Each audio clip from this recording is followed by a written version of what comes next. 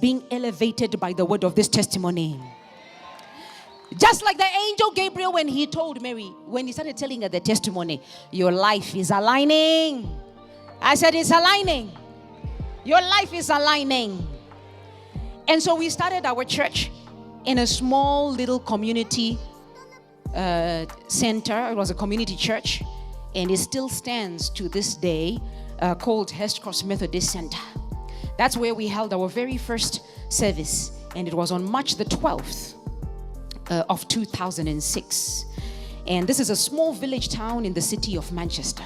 We started our services there, and I remember the services, the rental for the venue was £10, 10 British pounds. And it was such a struggle to pay that £10, because you have to understand that when we went into full-time ministry, we left everything that we were doing. I was a full-time lecturer at a college at that time in the city of Manchester. And I got the call from the man of God, and he said, God said you should be full-time too. He went full-time first, and then I was full-time after. And so we left the income that we were expecting on a monthly basis in order to follow this work. And so we were full-time ministry with no backup plan. So when I say £10 was hard to pay, it was literally very hard to pay. So we started getting benefits. In England, they have a social services, social care system, and so social welfare. And so we signed up for that so that at least we wouldn't die of some kind of lack of money. At least let the lights be on. But that money is the one we were using to pay our rentals anyway, every single week. So we paying the £10. And then after a few weeks in, they increased the rent to £12.50. And Prophet flipped like you have never seen a person flip in your life. You've seen Prophet flip, right?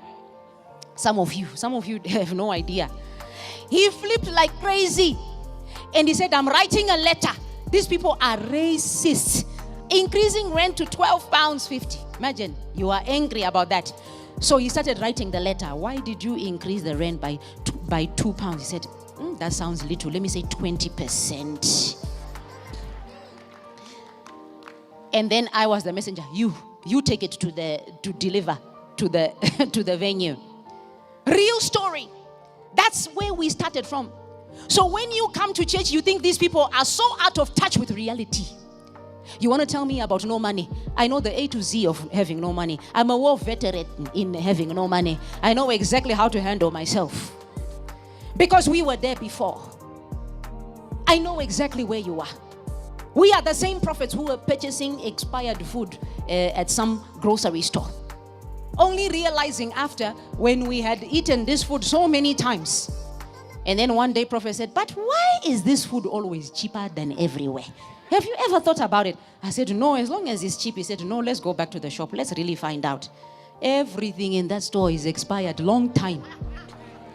It's for people who don't mind eating expired food.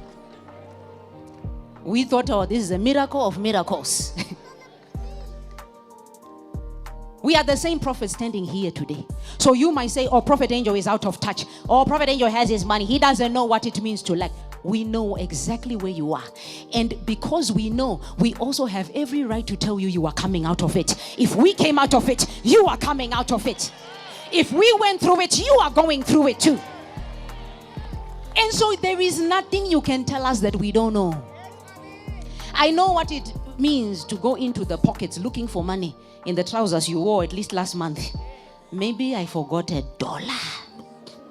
Wardrobe is in trouble. Everything out. Inspection one by one. Do I have witnesses in the building? Some of you, at least you were always billionaire. I don't want to know. But my witness is no. I said my witness is no.